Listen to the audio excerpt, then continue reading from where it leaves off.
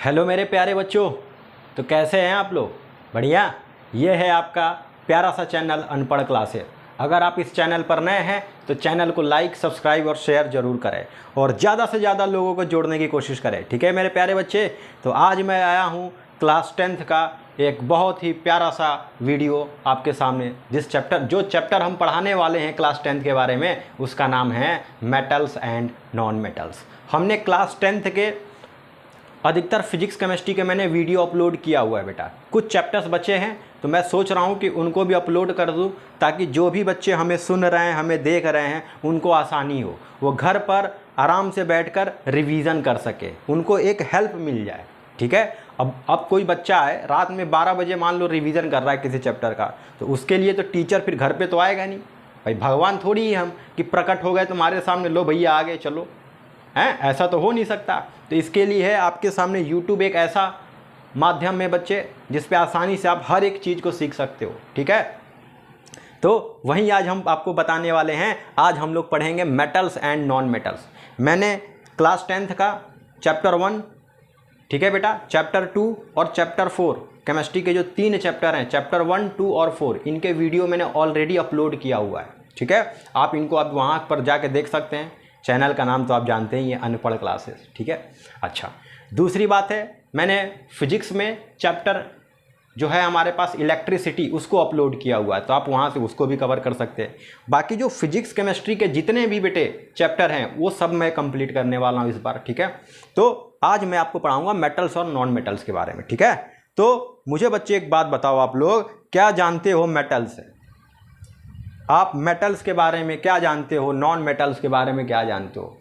आपके दिमाग में आएगा सर सुना तो है, मैंने क्लास 9th में पढ़ा भी है मेटल्स नॉन मेटल्स के बारे में। बेटा वहाँ पे आपने पढ़ा होगा कि बेटा पूरे पीरियोडिक टेबल में कितने एलिमेंट होते हैं बेटा?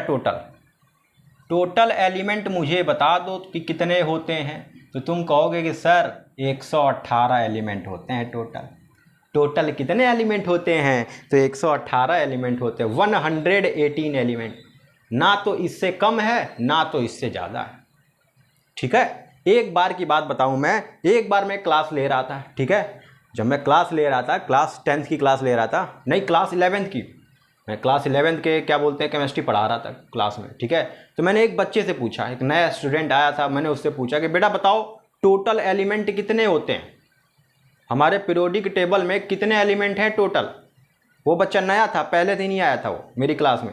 उसने कहा कि सर टोटल एलिमेंट 3 होते हैं। मैंने कहा बहुत बढ़िया बेटा, बहुत अच्छा। मैंने कहा क्लास 10th में पढ़े थे, कैसे ही घूमे थे? तो कहते हाँ सर थोड़ा बहुत पढ़े थे। हमने कहा लग रहा है बेटा, बता रहे हो टोटल एलिमेंट 3 होते हैं। हमने वाह अरे भाई वाह। हमने कहा अच्छा एक मेटल होगा, एक नॉन मेटल होगा, एक मेटलॉइड होगा? तो कहता हाँ सर। हमने बहुत बढ़िया बेटे, तुम्हारे जैसे बच्चे नाम रोशन करेंगे। ठीक है। तो उस बच्चे ने ये रिस्पॉन्स दिया। खैर जब मैं उसको बाद में बताया तो उसको बड़ा अपने आप पे बड़ा वो हुआ कि बताओ मुझे इतना भी नहीं आता। तो खैर आपको ये समझना है कि बेटा टोटल एलिमेंट कितने हैं? 118। और ये जो टोटल एलिमेंट है बेटा, इनमें से ना कुछ मेटल्स होते हैं, कुछ नॉन मेटल्स होते हैं और कुछ मेटेलॉइड्स होते हैं। कुछ हमारे होते हैं मेटल्स, कुछ होते हैं बेटे नॉन मेटल्स और कुछ होते हैं बेटा मेटेलॉइड्स। ठीक है। हमारे पीरियोडिक टेबल में जो 118 एलिमेंट हैं उनमें से कुछ मेटल्स होते हैं, कुछ नॉन मेटल्स होते हैं, कुछ मेटेलॉइड्स होते हैं। अब आप कहोगे हाँ सर अब मुझे ध्यान आ रहा है, मैंने क्लास 9th में पढ़ा हुआ है, मुझे याद आ रहा है। तो याद आ रही है, तेरी याद आ रही है। उसको याद नहीं करना है, तुमको एलिमेंट को याद करना है। ठीक है। आपको एलिमेंट को याद करना है मेरे प्यारे बच्चे। तो समझो जरा बात को। तो आज मैं चर्चा करने वाला हूं मेटल्स और नॉन मेटल्स के बारे में। ठीक है। मेटल्स और नॉन मेटल्स की बात करेंगे। ठीक है बेटा। तो समझो जरा क्या होते हैं मेटल्स नॉन मेटल्स। यहां पर पहला पॉइंट है लिखा है elements can be classified as metals and non metals on the basis of their properties. हर एक एलिमेंट की ना बेटा खुद की एक प्रॉपर्टीज होती है कि आप कैसे बताओगे कि कौन सा एलिमेंट हमारा मेटल है और कौन सा एलिमेंट हमारा नॉन मेटल है। ऐसा तो है नहीं कोई भी। अब मान लो आपके सामने सोना रख दे और चांदी रख दे, बताओ मेटल है कि नॉन मेटल है? अब जो बच्चा नहीं जानता है वो थोड़ा सा कंफ्यूज हो जाएगा। अब भाई उस एलिमेंट के ऊपर लिखा तो है नहीं कि बेटा मैं मेटल हूँ, हैं मुझे पहन लो, ऐसा तो है नहीं कि मैं मेटल हूँ मुझे पहन लो, तो ऐसा कुछ भी नहीं है। तो इसके लिए क्या करना पड़ेगा, हर एक एलिमेंट को ना क्लासीफाई किया गया है। आप इसको कैसे चेक करोगे, यही सारी चीज़ें हम इस चैप्टर में पढ़ने वाले हैं। इसके फिजिकल प्रॉपर्टीज़ की बात करेंगे, मेटल्स नॉन मेटल्स के, देन इनके केमिकल प्रॉपर्टीज़ की बात करेंगे। तो पूरे के पूरे वीडियो को मैं 2 लेक्चर में क्या करूँगा बेटा, अपलोड करूँगा। तो आसानी से आप चैनल पर बने रहे और चैनल को लाइक सब्सक्राइब और शेयर जरूर करना है, ठीक है। क्लियर है मेरे प्यारे बच्चे। तो चलो बात कर लें। तो बेटा कुछ मेटल्स के एग्जांपल है, जैसे आयरन की बात करें, एल्यूमिनियम की बात करें, कॉपर की बात करें, गोल्ड की बात करें, सिल्वर की बात करें, ये हमारे कुछ मेटल्स होते हैं, ठीक है। कुछ मेटल्स होते हैं जिसमें हाइड्रोजन आ गया, ऑक्सीजन आ गया, क्लोरीन आ गया, सल्फर आ गया, नाइट्रोजन आ गया, ये हमारे क्या होते हैं बेटे, नॉन मेटल्स होते हैं। क्या होते हैं, नॉन मेटल्स। तो कैसे इनको क्लासीफाई, सर कैसे पहचानेंगे कि मेटल्स ये है नॉन मेटल्स ये है, तो इनके लिए बेटा कुछ तरीका है।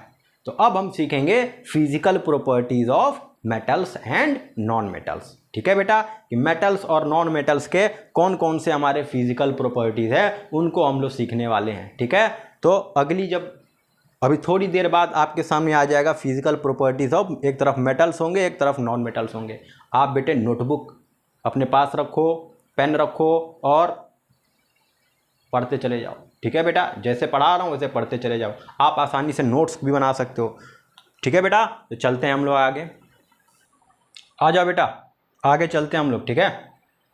अब मैं आया हूँ आपको फिजिकल प्रॉपर्टीज़ लेके बेटा। देखिए आपके सामने है बेटा फिजिकल प्रॉपर्टीज़ ऑफ मैटर, ठीक है, कि मैटर नहीं बेटा, मेटल्स एंड नॉन मेटल, ठीक है, कि मेटल्स और नॉन मेटल्स के फिजिकल प्रॉपर्टीज़ हमारे कौन कौन से हैं, ठीक है बेटा।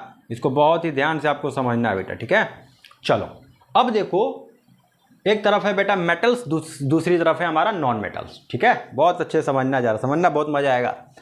मेटल्स की बात करें, बात करते हैं लस्टर क्या होता है। लस्टर LUSTURE, लस्टर का मतलब होता है कि metals have a shining surface. Metals को पहचानने का तरीका क्या है भाई, मेटल्स जो होते हैं ना इनके पास एक शाइनिंग सरफेस होता है। इनको ना घिस दोगे ना तो ये शाइन करेगा। लोहे के ऊपर मान लो जंग लग गया, लोहे में जंग लग गया, अब उसको तुम घिस दो, देखो शाइन करेगा। गोल्ड है, गोल्ड को घिस दोगे ना तो वो शाइन करता है। तो वही बोल रहा है कि जो लस्टर होता है, मेटल्स हैव शाइनिंग सरफेस, जो मेटल्स जो होते हैं इनका जो सरफेस होता है वो शाइन करता है, ठीक है। दूसरी बात करें नॉन मेटल्स की, तो लिखा है they do not have shining surface. अगर मेटल्स हमारे शाइनिंग सरफेस शो कर रहे हैं तो वो हमारे क्या करेगा, शाइनिंग सरफेस शो नहीं करेंगे। यही कहानी है, एक्सेप्ट आयोडीन, आयोडीन को छोड़कर। यानी आयोडीन जो है वो कुछ ना कुछ शाइन करता है, कुछ अमाउंट में शाइनिंग का है, शाइनिंग सरफेस है, इसलिए लिखा गया एक्सेप्ट आयोडीन। आयोडीन को छोड़कर बाकी जितने भी नॉन मेटल्स हैं वो शाइन नहीं करते हैं। बात समझ में आई बेटा, पहला पॉइंट क्लियर हुआ, शाइनिंग समझ गए, ओके। दूसरा पॉइंट हार्डनेस की बात करते हैं बेटा, तो लिखा है दे आर जनरली हार्ड। जो मेटल्स होते हैं ना ये हार्ड होते हैं, बहुत ज़्यादा कठोर होते हैं यार। लोहा ले लो, कॉपर ले लो, ये सब कठोर होते हैं भाई। हार्ड होता है कि नहीं होता, बताओ कितना यार, बताओ। ये समझ लो लोहे के ऊपर लोहे की ट्रेन चल रही है लोहे के ऊपर लोहे की ट्रेन चल रही है मेरे बच्चे। तो मेटल्स क्या होते हैं, ये हार्ड होते हैं, लेकिन लिखा है except sodium potassium lithium which are soft and cut with knife. Sodium, potassium और जो लिथियम है ये मेरे बच्चे सॉफ्ट होते हैं। एग्जाम में सवाल यहाँ से पूछा जाता है बोर्ड में, समझे, कि सोडियम जो है इसको हम नाइफ से कट कर देते हैं, क्यों, क्योंकि बेटा ये सॉफ्ट होता है। क्लियर है, बात समझ में आई। अच्छा इनकी बात करें बेटा तो ये हमारे जनरली सॉफ्ट होते हैं। देखो मेटल्स हमारे हार्ड होते हैं, तो नॉन मेटल्स क्या होते हैं बेटे, सॉफ्ट होते हैं, एक्सेप्ट डायमंड। डायमंड को छोड़कर बेटा, जो डायमंड होता है वो कार्बन का एलोट्रोप्स होता है, एलोट्रोप्स ऑफ कार्बन। मैंने चैप्टर 4 में पढ़ाया हुआ कार्बन का एलोट्रोप्स। फुलरीन हो गया, डायमंड हो गया, ग्रेफाइट हो गया। तो जो डायमंड होता है ना बहुत कठोर होता है बेटा। उस डायमंड से ना तुम कांच को भी काट सकते हो, इतना वो कठोर होता है, हार्ड होता है। तो डायमंड हमारा एक हार्ड मटेरियल है, बाकी जितने भी नॉन मेटल्स होंगे वो सॉफ्ट होंगे। क्लियर है बेटा, 2 पॉइंट। अगला पॉइंट स्टेट की बात करें तो जो मेटल्स होते हैं ना बेटा ये सॉलिड स्टेट में रहते हैं। भाई आपने पढ़ा है सॉलिड लिक्विड गैस, तो जितने भी मेटल्स हैं ये हमारे सॉलिड में होते हैं, और जितने भी नॉन मेटल्स हैं वो किस में होंगे बेटा, सॉलिड में भी एग्जिस्ट करते हैं और गैसियस में भी करते हैं। लेकिन यहाँ पर एक्सेप्शन है, क्या है, मरकरी को छोड़कर Hg, मरकरी होता है बेटा, ये लिक्विड होता है at room temperature. Room temperature पे जो मरकरी होता है ये लिक्विड होता है। वहाँ पर कौन है बेटा, ब्रोमीन, वहाँ पर ब्रोमीन लिक्विड में होता है। तो ये आप एक्सेप्शन याद कर लेना, ठीक है बेटा। मेटल्स हमारे सॉलिड में होते हैं, नॉन मेटल्स हमारे सॉलिड में भी होते हैं और गैसियस में भी होते हैं। चलो अगला, मेलिएबिलिटी की बात करें तो metals can beaten into thin sheets. ये दो टर्म होते हैं, एक मेलिएबिलिटी, एक होता है डक्टिलिटी। बच्चा इसमें बड़ा कंफ्यूज होता है। डक्टिलिटी जरा पढ़ लो क्या लिखा है, ड्रॉन इनटू थिन वायर्स। इनको बेटा आप थिन वायर्स, पतले वायर्स में आप क्या कर सकते हो, ड्रॉ कर सकते हो। अब ज़रा समझो मेलिबिलिटी को और डक्टिलिटी को। देखो एक को थिन शीट में कन्वर्ट करते हैं, एक को थिन वायर में कन्वर्ट करते हैं। और कन्फर्म है कि तुम डाउट में आ जाओगे, जब पूछा जाएगा तुम कन्फ्यूज हो जाओगे। तो मेलिबिलिटी एम से स्टार्ट हो रहा है, MS धोनी याद रखो। किसको याद रखो, MS धोनी को, MS याद रखो, MS। तो इसका एक ट्रिक है, MS धोनी याद रखो, MS याद रखो, MS। मेलिबिलिटी होगा तो शीट बनेगा, क्लियर है। अगर मेलिबिलिटी होगा तो शीट बनेगा और डक्टिलिटी होगा तो वायर बनेगा, खत्म कहानी। जब शीट एक से शीट बन रहा है तो दूसरे से वायर बनेगा, यही कॉन्सेप्ट है। लेकिन अगर बात करें नॉन मेटल्स के तो ये हमारा एक नॉन मेलिएबल होता है, ये नॉन डक्टाइल होता है। इनके पास ये दोनों ही प्रॉपर्टीज़ नहीं होती है मेरे बच्चे, समझे, ऐसे ही इनको पहचाना जाता है। अगला बात करें बेटा डेंसिटी का। अब देखो बेटा, जो हार्ड होता है, जो कठोर होता है उसकी डेंसिटी ज़्यादा होती है। जो भी मटेरियल हार्ड होगा उसकी डेंसिटी क्या होगी, ज़्यादा होगी, क्लियर है। जो मटेरियल हार्ड होगा उसकी डेंसिटी क्या होगी प्यारे, ज़्यादा होगी, ठीक है। तो अब समझो मेटल्स हमारे क्या हार्ड होते हैं भाई, मेटल्स हमारे क्या हार्ड होते हैं, हाँ सर होते हैं। तो बेटा इनकी हमारी डेंसिटी भी क्या होगी बच्चे, हाई होगी, डेंसिटी भी क्या होगी, हाई। और जो चीज़ हार्ड होती है उसको मेल्ट करने में भी टाइम लगता है, तो इनका मेल्टिंग पॉइंट भी क्या होगा बेटे, हाई होगा, समझे। जो मटेरियल हार्ड है उसकी डेंसिटी ज़्यादा होगी, उसका मेल्टिंग पॉइंट भी ज़्यादा होगा। मेल्ट करना, जैसे आइसक्रीम को मेल्ट हो गया, आइस मेल्ट हो गया, भैया लोहा है ये, और लोहे को पिघला दो, मेल्ट कर दो, तो यार ज़्यादा टेम्परेचर देना पड़ेगा, 700-800 डिग्री सेंटीग्रेड टेम्परेचर दोगे तब जाके काम बनेगा। ऐसे थोड़ी है कि 100 डिग्री सेंटीग्रेड पे पानी बॉयल हो रहा तो वो भी हमारा बॉयल हो जाएगा, ऐसा कुछ नहीं, समझे। ये दो बात याद रखो भाई। इनकी डेंसिटी हाई होती है तो इनकी डेंसिटी और मेल्टिंग पॉइंट क्या होगा, लो होगा। क्यों, क्योंकि मेरे बच्चे ये सॉफ्ट है ना, और जो चीज़ सॉफ्ट होती है वो जल्दी से क्या हो जाएगी, पिघल जाएगी। आइसक्रीम सॉफ्ट होती है, देखो जल्दी से मेल्ट हो जाती है। तो यही कॉन्सेप्ट है बेटा। अगला सोनरस की बात करें, जब मेटल्स दिखा ना, produce sound on striking hard surface.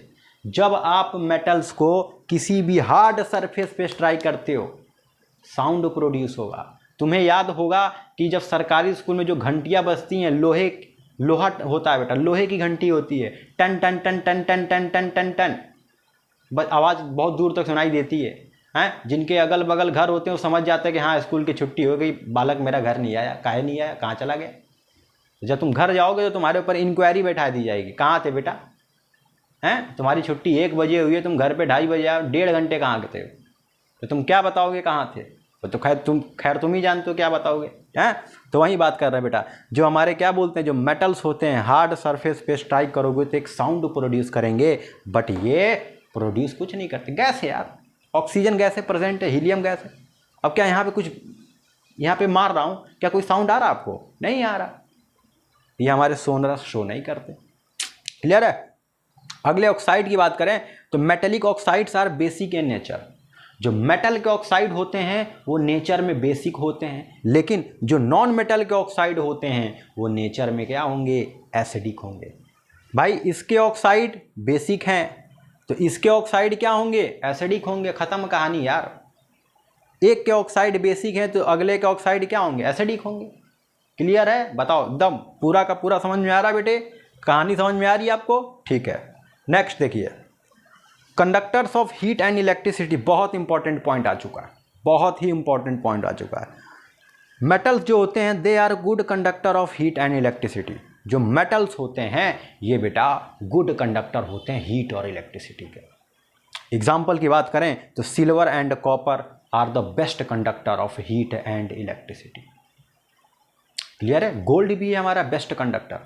ठीक है, अब वैसे इधर हम इनकी बात करें तो ये हमारे पुअर कंडक्टर होते हैं हीट और इलेक्ट्रिसिटी को, बस ग्रेफाइट को छोड़कर, ग्रेफाइट को छोड़कर। ठीक है, अच्छा अब जरा थोड़ा सा इनको और समझते हैं अच्छे से।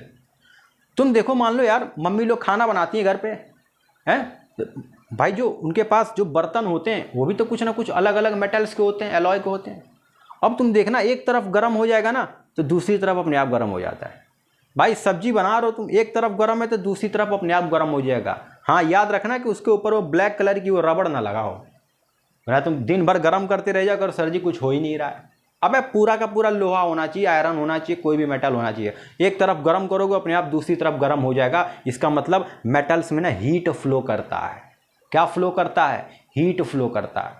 क्लियर है? ऐसे ही बात करें हम इलेक्ट्रिसिटी की तो अगर यहाँ पे भाई अब मान लो घर में वायर है, ठीक है, अब आप लोहे की रॉड से ना उसको टच नहीं कर सकते। टच करोगे तो फिर वो हमेशा के लिए तुम्हें टच में कर देगा, वो हमेशा के लिए काम तमाम कर देगा वो तुम्हारा। तो ऐसा नहीं करते। क्यों नहीं करते? क्योंकि बेटा जितने भी हमारे मेटल्स हैं उसमें इलेक्ट्रिसिटी भी फ्लो करती है। अगर आपने वायर में इसको टच कर दिया तो यहाँ भी करंट फ्लो करेगा और आपको करंट लग सकता है। और आएगा गाना, जोर का झटका है जोरों से लगा। समझे बेटा? तो ये कहानी है, ये कॉन्सेप्ट हैं, इनको आप अच्छे से पढ़ लेंगे, नोट्स भी बना सकते हैं आप। ठीक है बेटा, अब हम बात करेंगे इसके कुछ केमिकल प्रॉपर्टीज़ की बात करेंगे बेटा। ठीक है, तो इसको आप नोट कर लीजिए। आ जाओ बेटे, समझते हैं अब हम लोग केमिकल प्रॉपर्टीज़ ऑफ मेटल्स। ठीक है बेटा, अब हम लोग मेटल्स के केमिकल प्रॉपर्टीज़ की बात करेंगे। ठीक है, बहुत ही ध्यान से समझना है। मैंने आपसे कहा था कि अगर आपको chapter 1 chemical reaction and equation आता होगा तो आप बहुत आसानी से कर ले जाओगे। अब देखो बेटा, फिजिकल प्रॉपर्टीज़ आपने देख लिया, मेटल्स की मैंने सारी प्रॉपर्टीज़ की चर्चा की। ठीक है, अब हम बात करेंगे बेटा केमिकल प्रॉपर्टीज़ की। देखो बेटा, पहला है रिएक्शन विथ एयर। जब मेटल एयर से रिएक्शन करता है, एयर का मतलब ऑक्सीजन से रिएक्शन करेगा, तब क्या होगा बेटा? तो देखो बेटा, मेटल जब ऑक्सीजन से रिएक्शन करता है तो बेटा मेटल ऑक्साइड प्राप्त होगा। जब मेटल ऑक्सीजन से रिएक्शन करेगा तो हमें क्या प्राप्त हो जाएगा बेटा? मेटल ऑक्साइड प्राप्त होगा। याद रखना ये बात। ठीक है, जैसे कॉपर, देखो एक मेटल है, ऑक्सीजन से रिएक्शन किया, क्या बनेगा? तो कॉपर ऑक्साइड बनेगा, कॉपर ऑक्साइड। अब पता है कुछ बच्चे ना ऐसे लिख के आएंगे एग्जाम में, देखो ऐसे लिख के आएंगे बेटा, देखो ऐसे लिख के आओगे तुम, ऐसे गलत हो जाएगा। तुमको यही, अगर तुमको नहीं मालूम होगा कि कॉपर की वैलेंसी कितनी होती है, तुम नहीं कर पाओगे बेटा। पूरी केमिस्ट्री में अगर आपको atomic number, atomic weight, valency नहीं आता है तो आप बेटा ज़ीरो हो।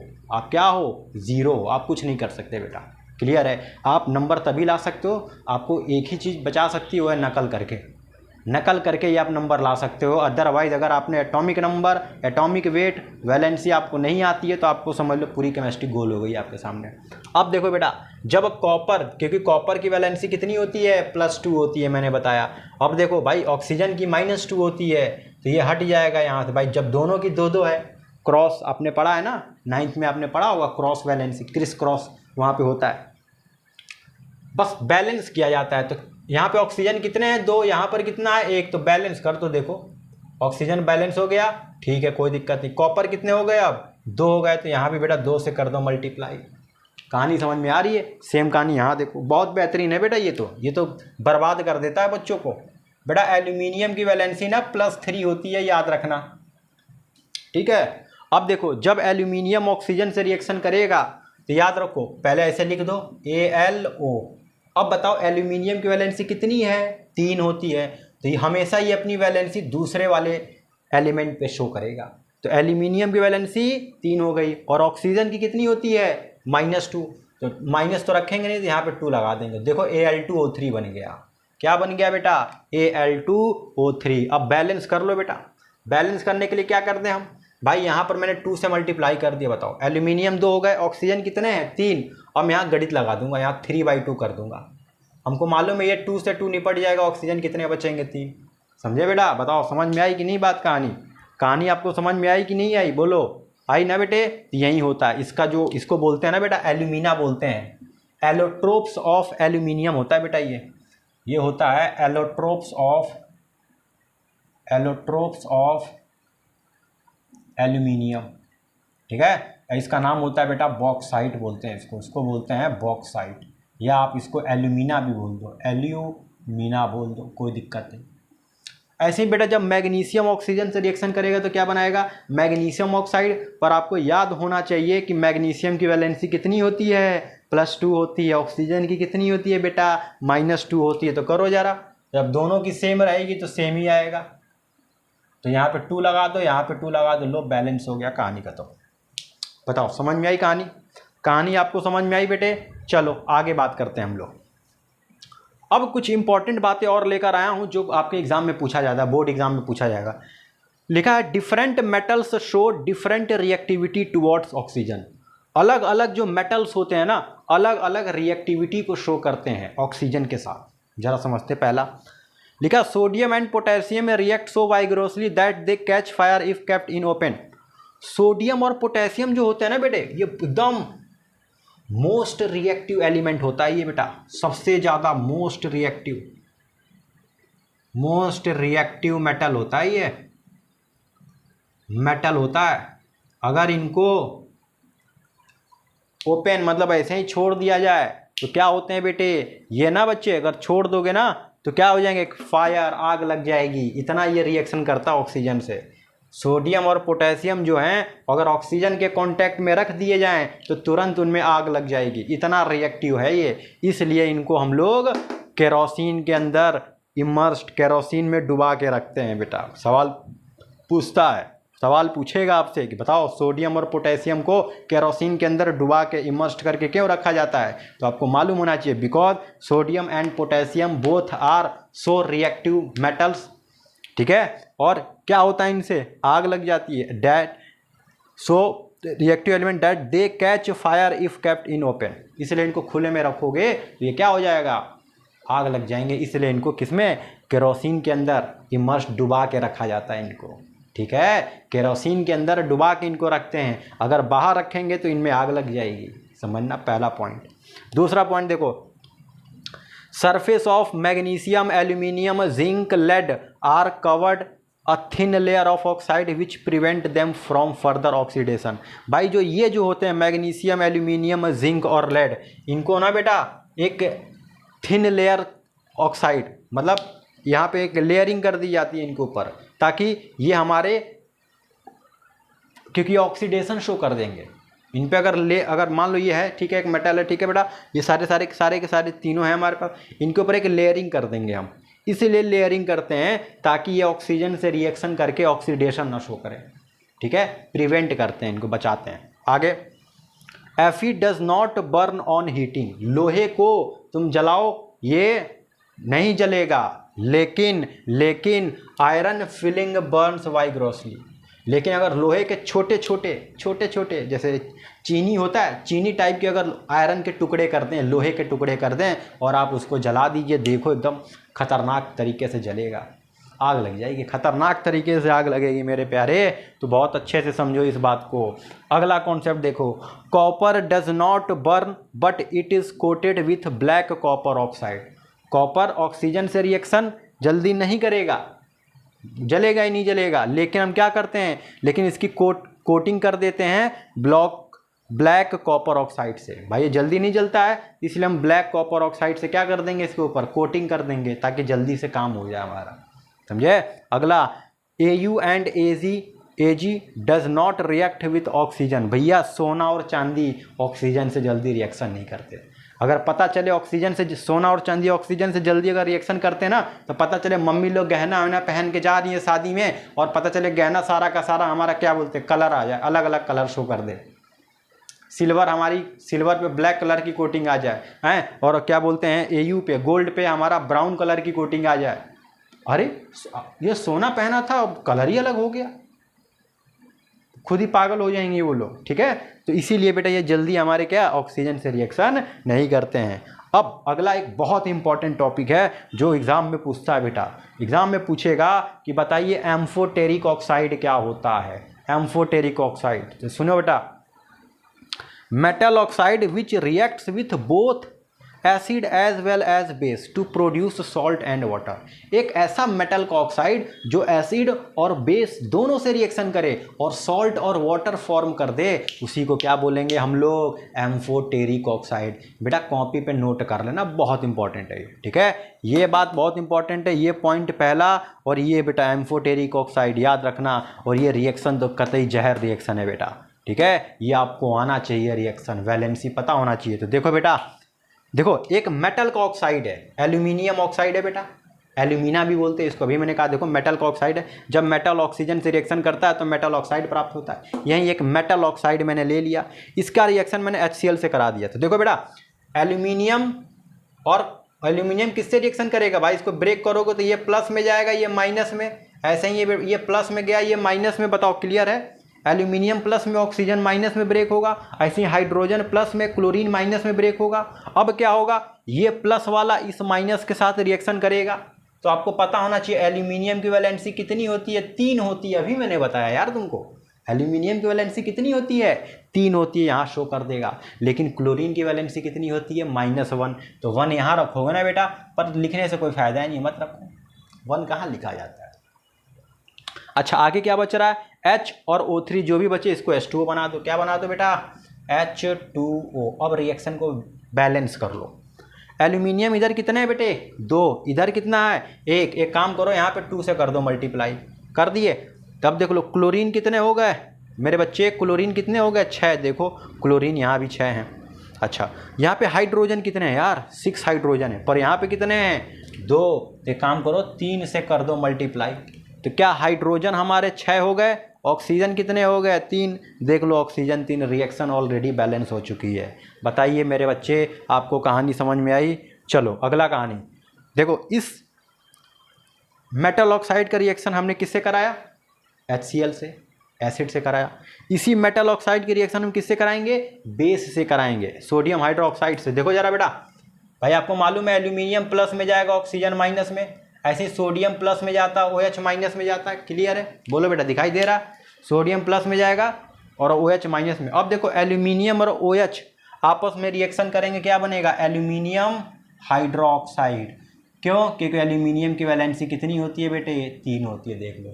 और OH की वैलेंसी कितनी होती है? -1। तो 1 लिखा ही नहीं जाता है। अच्छा आगे क्या? AlOH का होल थ्राइस। अच्छा हो गलत हो गया, गलत हो गया बेटा, गलत हो गया। देखो हम भी यहाँ पे चकमा खा गए बेटा, समझो जरा बहुत ध्यान से। जब एल्यूमिना NaOH से रिएक्शन करेगा, कुछ रिएक्शन आपको याद करना पड़ेगा।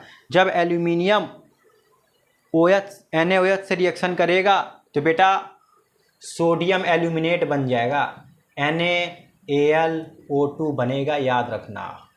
इसको बोलते हैं सोडियम एल्यूमिनेट, सोडियम एल्यूमिनेट। बताओ क्लियर है? Sodium aluminate. और यहाँ पे 2 लगा दो और यहाँ पे बना दो H2O। कुछ रिएक्शंस आपको याद करनी पड़ेंगी, जैसे ये रिएक्शन है, आपको क्या कर सकता है? कंफ्यूज कर सकता है। जब कभी भी Al2O3 NaOH से रिएक्शन करेगा मेरे बच्चे, तो क्या बनेगा? यही बनेगा, याद कर लो, NaLO2।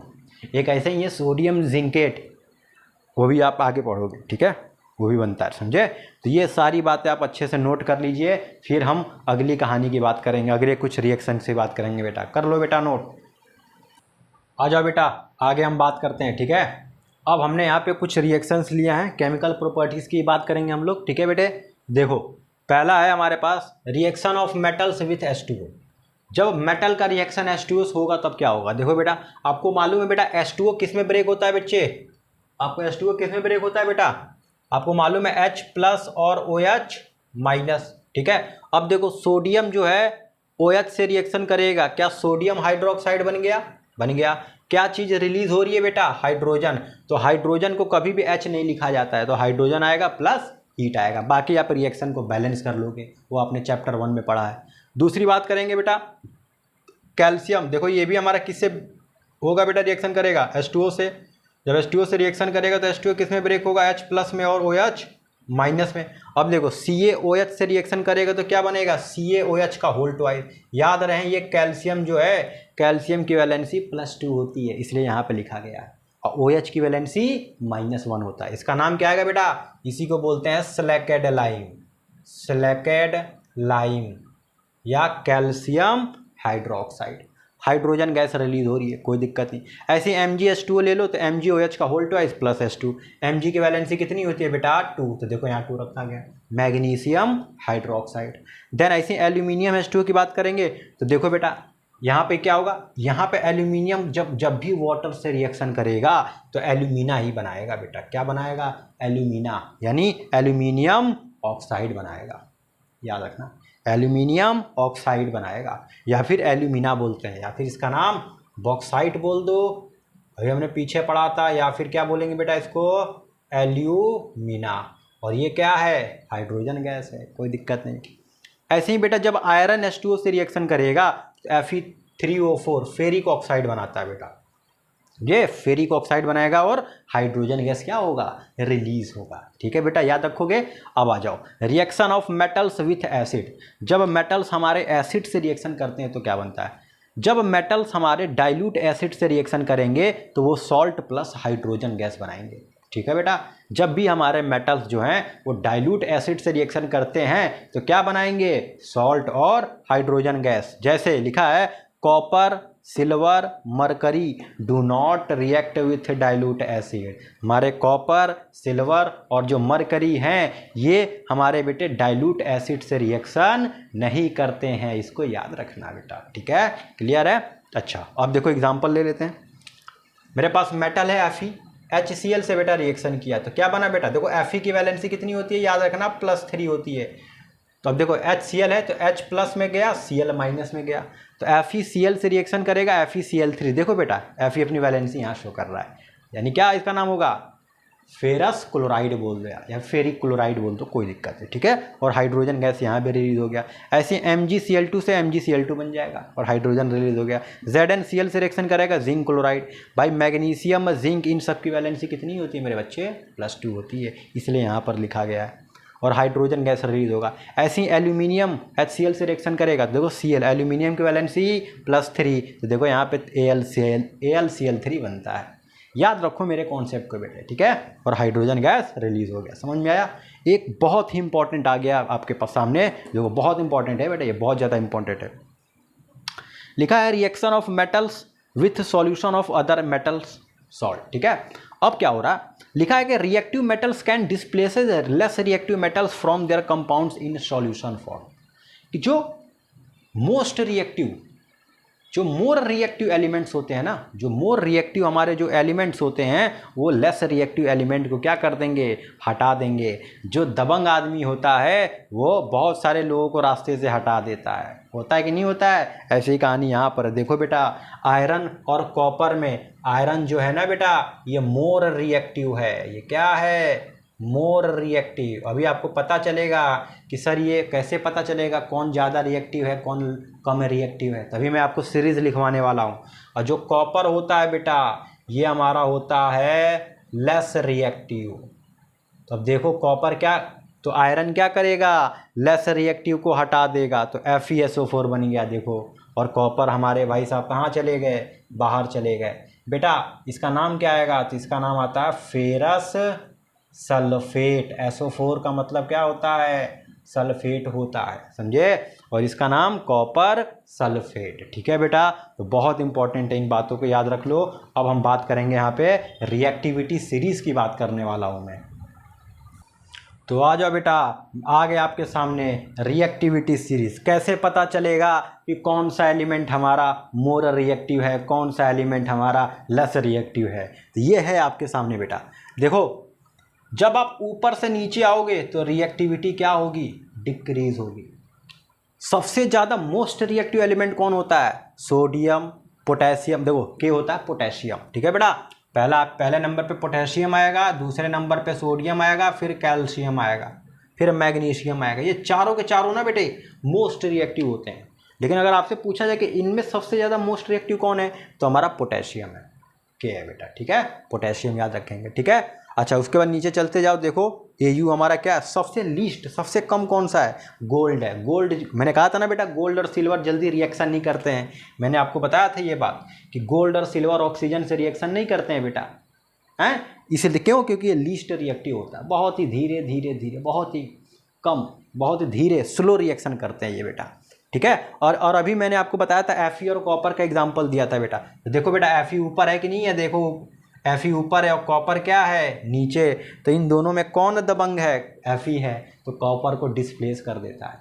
ये आपको याद हो तो Fe प्लस CuSO4 वाला जो रिएक्शन है, Fe प्लस CuSO4 वाला जो रिएक्शन है, इसको ना बेटा सिंगल डिस्प्लेसमेंट रिएक्शन भी बोलते हैं। याद है बेटा, आपने चैप्टर 1 में पढ़ा था, ये प्लस माइनस, तो ये बन जाता है FeSO4 प्लस क्या बनता है, कॉपर बनता है। क्लियर है? तो Fe क्या है, देख लो बेटा, मोर रिएक्टिव है, इसलिए ये लेस रिएक्टिव एलिमेंट को क्या कर देता है, डिस्प्लेस कर देता है।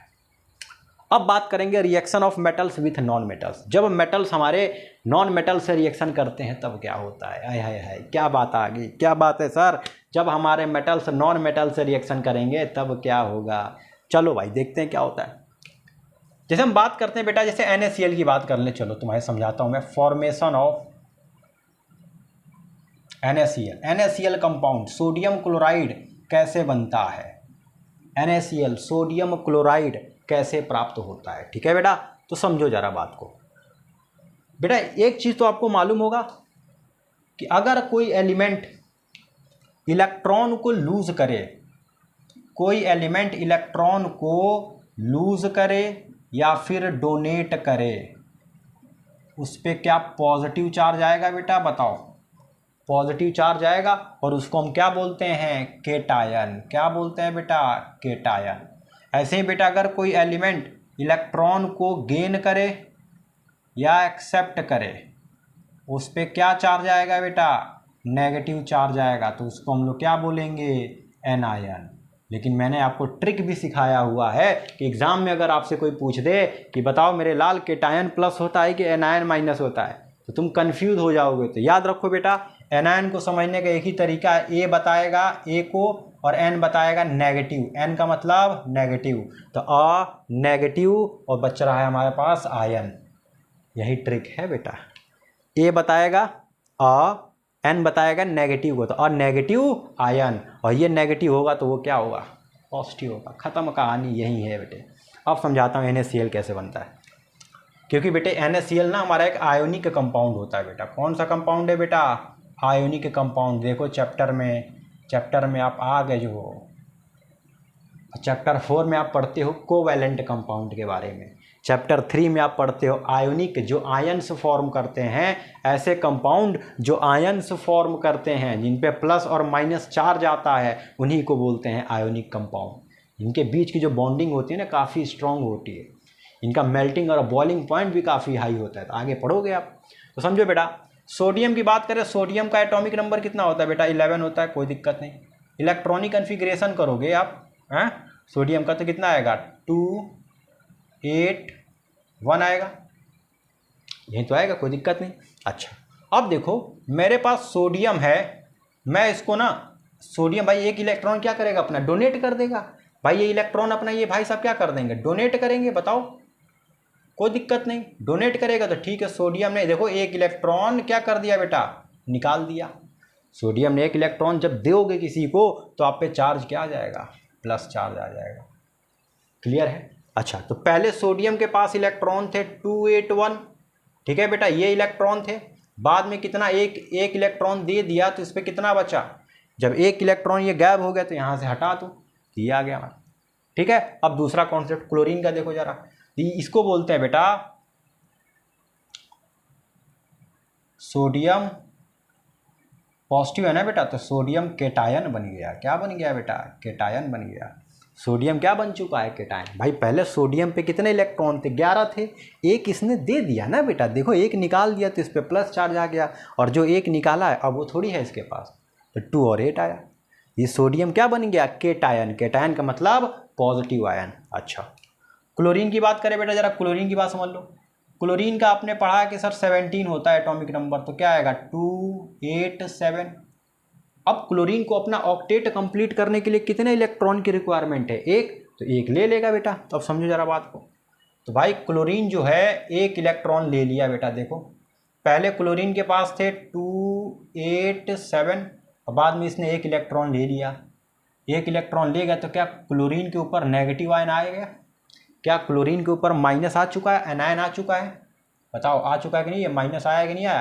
और यहाँ पे कितने इलेक्ट्रॉन हो गए अब इसके पास एक लेने के बाद? तो 2 8 8 हो गए। यहाँ पे कितने थे? 2 8 7। देखो पहले इसका इलेक्ट्रॉनिक कन्फिग्रेशन किया गया तो 2 8 7 था, लेकिन जैसे इसने एक इलेक्ट्रॉन लिया इसका क्या बन गया? 2 8 8। देखो बेटा कंप्लीट हो गया। तो यहाँ पर क्लोरीन के ऊपर क्या माइनस चार्ज आ रहा है? क्या क्लोरीन के ऊपर माइनस चार्ज आ रहा है? इसको बोलते हैं बेटा क्लोराइड अनायन। क्या बोलते हैं बेटा? क्लोराइड अनायन बोलते हैं। अब समझो जरा, अब क्या होगा? सोडियम के पास बेटे कितने इलेक्ट्रॉन थे लास्ट शेल में? एक। तो देखो सोडियम के पास एक इलेक्ट्रॉन था। बताओ कोई दिक्कत किसी को? बच्चे को कोई दिक्कत नहीं। क्लोरीन के पास कितने थे बेटे? तो आप कहोगे सर क्लोरीन के पास 7 थे। 3 4 5 6 7। कितने थे क्लोरीन के पास? 7। अब ये क्या किया क्लोरीन? सोडियम से एक इलेक्ट्रॉन उधार ले लेगा। देखो बेटा क्लोरीन जो है भाई, क्लोरीन के पास लास्ट में 7 इलेक्ट्रॉन है, सोडियम के पास लास्ट में एक इलेक्ट्रॉन है, इसके पास 7 है। तो क्लोरीन सोडियम से एक इलेक्ट्रॉन उधार ले लेगा। जब ले लेगा तो देखो जरा क्या होगा। जैसे ये लेता है बेटे, सोडियम पे आ जाएगा प्लस चार्ज। देखो सोडियम का इलेक्ट्रॉन गायब हो गया, सोडियम का इलेक्ट्रॉन ये गायब हो गया, तो सोडियम पे प्लस आ गया। लेकिन क्लोरीन पे क्या आएगा बेटा? माइनस आएगा। क्या आएगा? माइनस। और जो सोडियम का चार्ज है वो क्लोरीन के पास चला जाएगा। देख लो 1 2 3 4 5 6 7, और इसका लेने के बाद 8 हो गया। तो यही होता है, यही होता है बेटा। क्या? यही तो खेल है, यही तो केमिस्ट्री का खेल है जो आपके सामने ऐसे चीज़ें आ गई हैं। देख लीजिए बेटा, ज़रा समझ लीजिए इन चीज़ों को। बहुत ही इम्पोर्टेंट चीज़ें हैं ये काफ़ी इम्पोर्टेंट चीज़ें हैं जो आपको सिखा रही हैं। ठीक है बेटा, तो बहुत अच्छे से इनको कर लेंगे आप। और हाँ बेटे, तो आप इनको अच्छे से पढ़ लेंगे बेटा। ठीक है, हम ये आज के लिए हम लोग इतना ही पढ़ेंगे। कल हम लोग आयनिक कंपाउंड के बारे में पढ़ेंगे। मतलब जो अगली क्लास होगा, जो अगली क्लास होगी मेरी, जो अगला वीडियो होगा, वो बच्चे इसके आधे पार्ट मैंने कंप्लीट कर दिया, आधा पार्ट और बचा, वो हम अगले वीडियो में कंप्लीट कर देंगे आपको। ठीक है, तब तक आपको इस चैनल पे बने रहना है बेटा। मतलब ऐसा नहीं कि दिन भर 24 घंटा बने रहना, मतलब आपको अच्छे से पढ़ाई करना है, सारी चीज़ों को सीख लेना है बेटा। ठीक है, फिर हम मिलेंगे नेक्स्ट क्लास में। तब तक आप सभी लोग अपना ख्याल रखेंगे बेटा। ठीक है, तो चलते हैं बेटा, बाय।